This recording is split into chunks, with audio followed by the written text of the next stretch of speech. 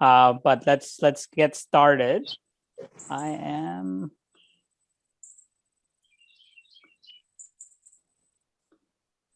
Let me know when you guys can see my full screen.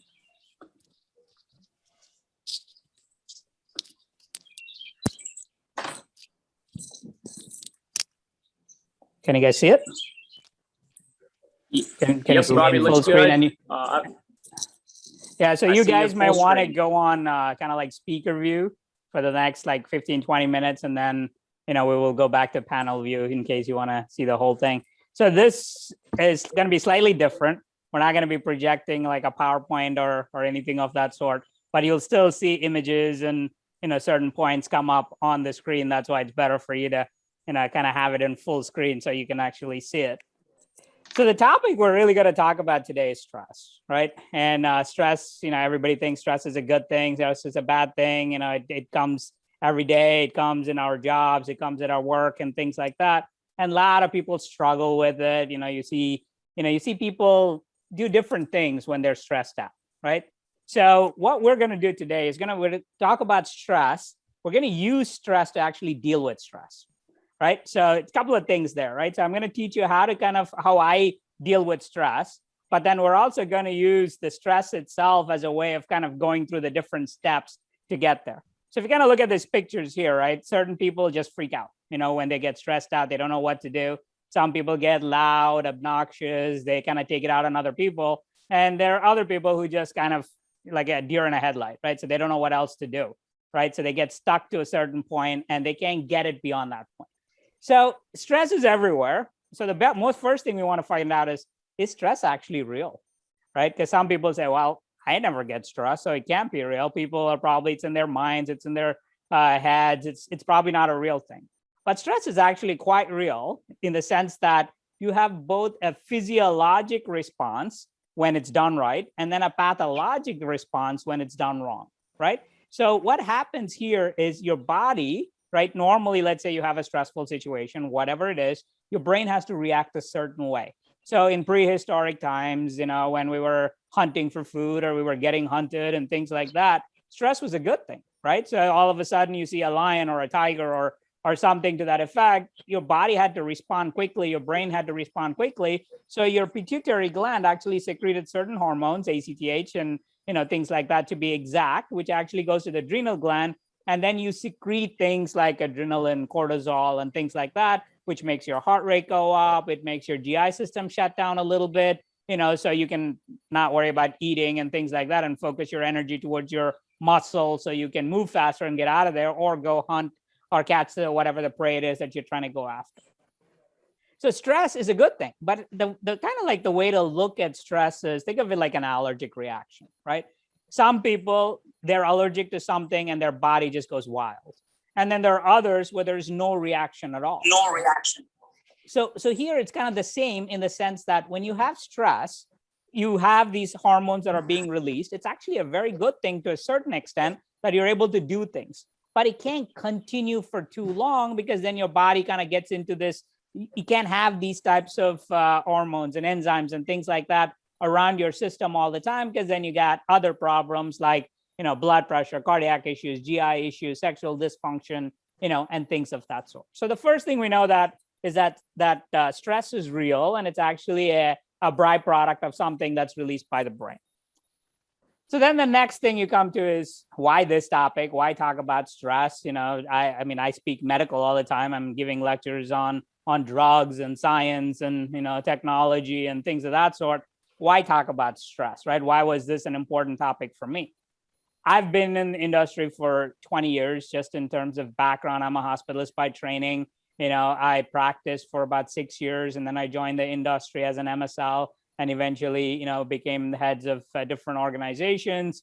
Most recently I was, I've been in a couple of roles where I am in the position of a chief medical officer. So I always thought, I know how to handle everything. Stress doesn't bother me. I'm good at what I do. I know what to do and things of that sort. And then all of a sudden, week before, I was doing great, playing football, soccer, volleyball. I go to a meeting and I had a pretty severe fall and I hurt my back and I was bedridden for almost 6 months, right? couldn't move, year and a half. I know people like Omran and Akshay, and they're aware of, my situation at the time, and all of a sudden my brain went into, oh my God, how do I get out of it?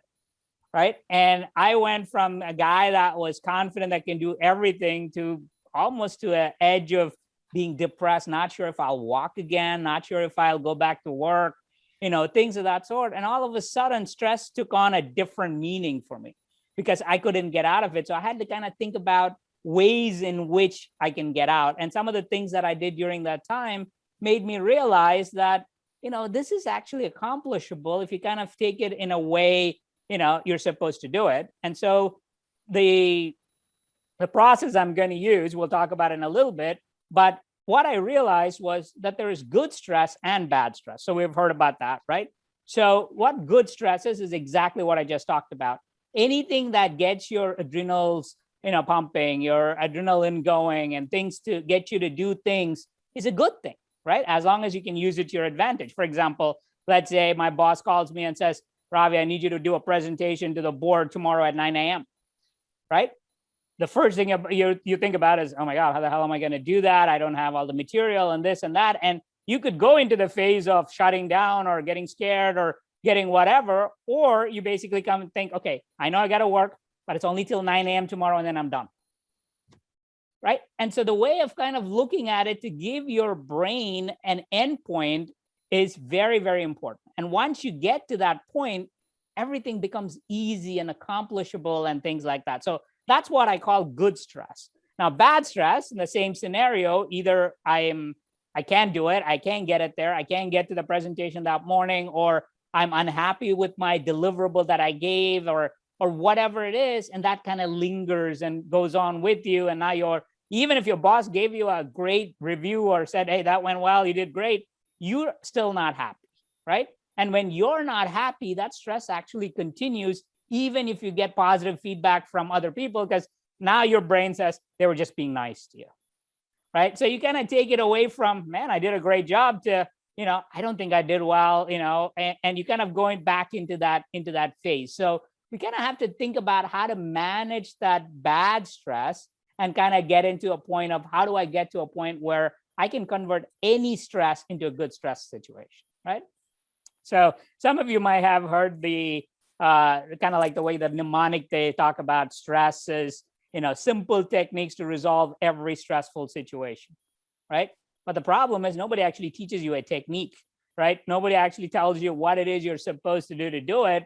It makes sense. So what I wanted to do was to say, well, let's think about what I did and see if it might help people. And let's use something simple enough that they can remember and actually use the word stress to help them, right? So we're going to actually use the word stress to kind of figure out what is this endpoint strategy that we're talking about, right?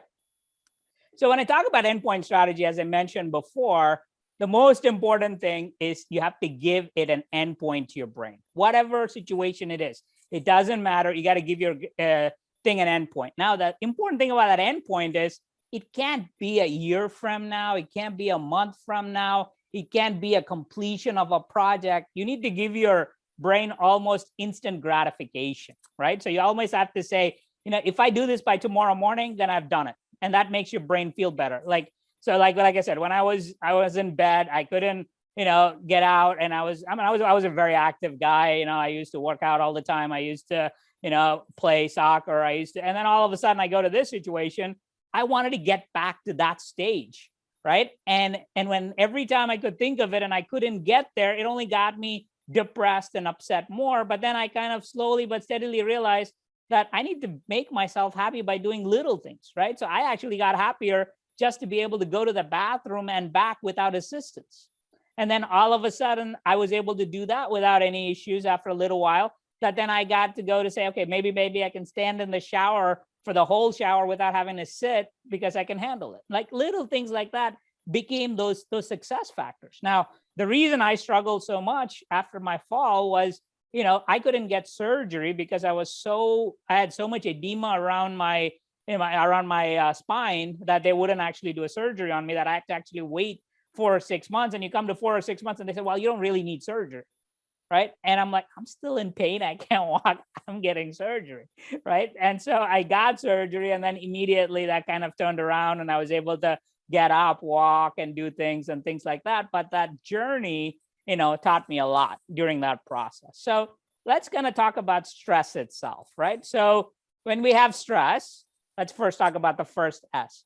The most important thing you need to give your brain, there are three things that are important in this whole stress: the first S, the second T, and the last S, right? But then you still have to do the rest of it. So the first one is the solution, right? So you have to come up with a solution for whatever that problem is. And it does not have to be the solution that's going to fix everything. It just has to be a solution that's going to help you get past that level to go to the next level. So as long as you can break down your problems or your issue that's bringing you down into smaller chunks of solutions, and the reason that solution needs to be simple is because I said you need to be happy yourself. Because if you're not happy, it doesn't matter what the solution is. Even after you accomplish it, you're still upset, you're still depressed, you're still stressed out because you didn't do it right, right? So the first thing we're going to focus on is that solution for a problem. And again, the solution is different for every issue, and it doesn't have to be the right solution. That's the point. The point is it has to be a solution that makes you happy or makes you feel like you've accomplished something. So the next thing we have really is time. This is probably the most important thing among everything, right? So if you look at time in this way, like you see in that picture, that is what gets people stressed out, because they don't know where to get out, because it's a never ending journey where you don't see the end result. Like, for example, if I couldn't see myself actually getting up and walking and doing or whatever 2 years from now, 3 years from now in my head, you can already imagine how that's going to impact your life, your job, your relationships, and things of that sort. So time, like in my opinion, is probably the most important thing. That's why I call it the endpoint strategy, because in this time, you're going to have to figure out breaks, right? So if you had, let's say, 5 steps in your solution, we're going to say, well, I want to finish the first one in the next day or next 2 days or next week or whatever. And when you accomplished it, you feel better, you do things better, and so on and so forth. So the next thing we have is resources, right? So the third R in the stress is resources.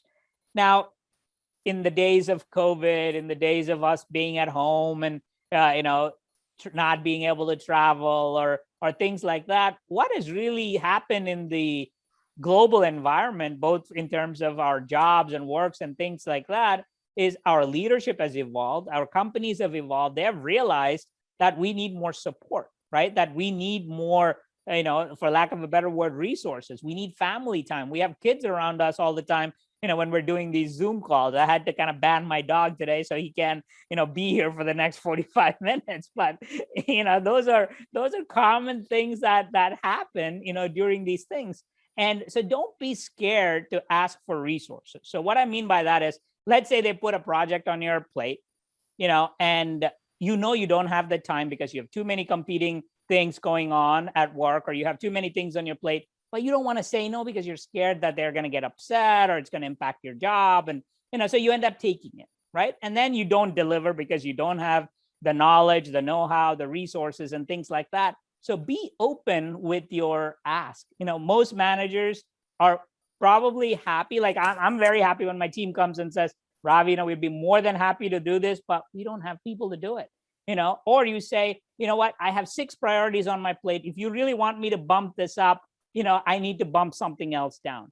And managers actually and leaders actually love those type of people who come and kind of come forward and say that, rather than somebody who takes it on 3 months, 6 months, or whenever time later, figure out they can't do it, or give you a haphazard thing that kind of comes back to you, and you're like, oh, why didn't you tell me you couldn't do it, or why didn't you tell me, so, and that only increases your stress even further.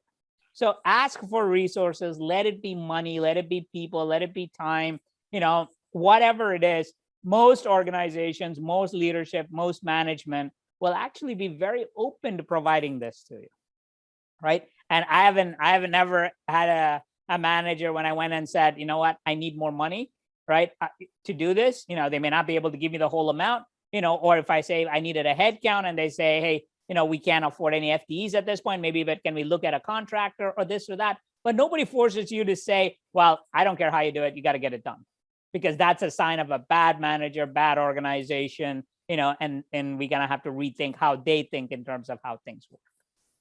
Any questions so far? Does that make sense? Okay. So the next one is education. To me, this is kind of like I always tell my guys, when I say we as in medical people, or people who are in high level roles, or people who are in a communication format and things like that, we get really paid for two things. One is what goes in, and two, how effectively can you get it out, right? And so if you can verbalize whatever you learned in a nice way, you're valuable to an organization. If you can learn new things, you become valuable to an organization. Stress is exactly the same, right? So when you're stressing out and you can't find a solution, learning about it actually helps relieve it, right? Even if you actually don't do anything at all, just learning about it actually helps decrease your stress. And but learning about what it is, or trying other techniques, or learning from other people who have had experiences and things like that, makes you feel more like you have all the resources and the knowledge and things like that. Like I told a couple of guys that just joined the company, I said, the first 3 months is the most important time of your life in any job, because in those 3 months, once you learn it, you'll realize it's the same crap over and over and over and over again that you're going to be talking to different people about. But if you give up on those first 3 months, or you're focused on other things, you kind of get yourself in an area where people have a reputation, or people have an impression of you. And it's very hard to get out of that impression once you've made it, right? So the first 3-6 months, let's say I take on a job, I blow it out of the park. Everybody loves you. Even in the next 6 months, even if I slack off, it's not going to be as apparent.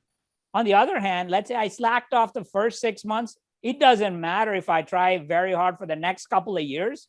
It's going to be very hard to get out of that hole. So use your knowledge, use your experiences and things like that to learn more about the situation you're in, and see if there are things that you can do to get out of it. Sometimes there may be nothing, but that learning does help in that process.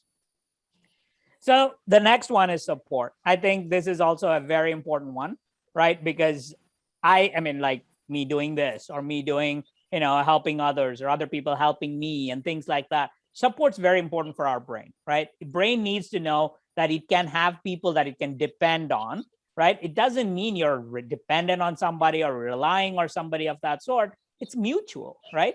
I want to help others, and others will help me, right? And so, but the important thing is, you don't reach out to someone when you need help. You have to be there for them before, and you have to build these relationships well before you think there is a need. And if there's never a need, that's great, but you don't do it for that purpose. So to me, a support structure, kind of like, I think I've built a very good support structure over my, 15, 20 years career. I got probably, 10 calls a day with people telling me that there are things I can do to help, or, what can I do for you, and this and that. Even if they never did anything or whatever, just the fact that they were there is very important for your brain. So support is very important. So it comes in two ways. It's not just about you getting support, but more importantly, it's about you supporting others. Like I always say, people who are hurting are the last people to ask for help. I didn't want anybody to know I was hurting. I didn't want anybody to know I couldn't do this, because I always had this, thing that this is how people, kind of had this impression of Ravi, and I didn't want that to change, right? And all of a sudden, I went from asking for help and providing help to kind of in a shell where I didn't want anybody to know anything, right? Most people, who didn't know, right? And I didn't want to go out there and tell them what was happening or anything of that sort. So support is actually very important. We all need it. We all need to help each other. We all need to kind of help support each other and get there. And then the final one is satisfaction. I think if you cannot make your brain happy, you cannot be satisfied, right?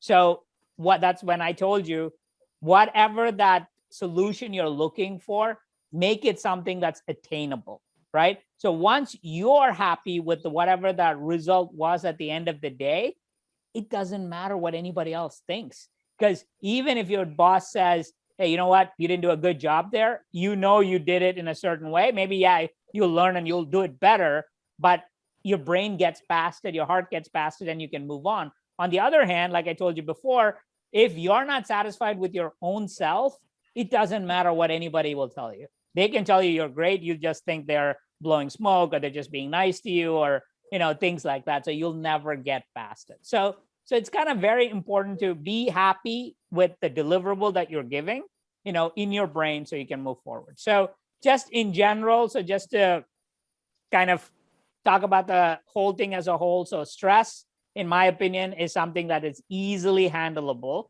as long as it's broken down into chunks.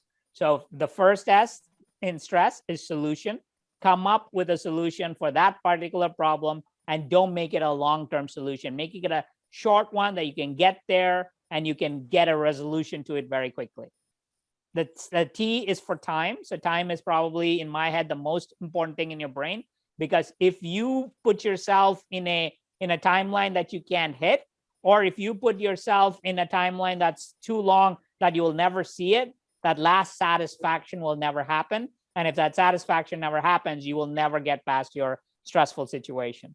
At work especially, but also for home and things like that, resources are important. We can't do everything on our own. We need help, now with technology and things like that. It's kind of a double-edged sword. Now I feel like I have more time because, I don't have to drive 2.5 hours or 2 hours each way to work, but that time is now taken by work, right? So I'm still on calls and, things like that. So one of the things that I'm doing with my team is all the meetings that my team has, I've actually confined it to 45 minutes and not an hour. So there's 15 minutes to at least finish all the to-do items for that meeting.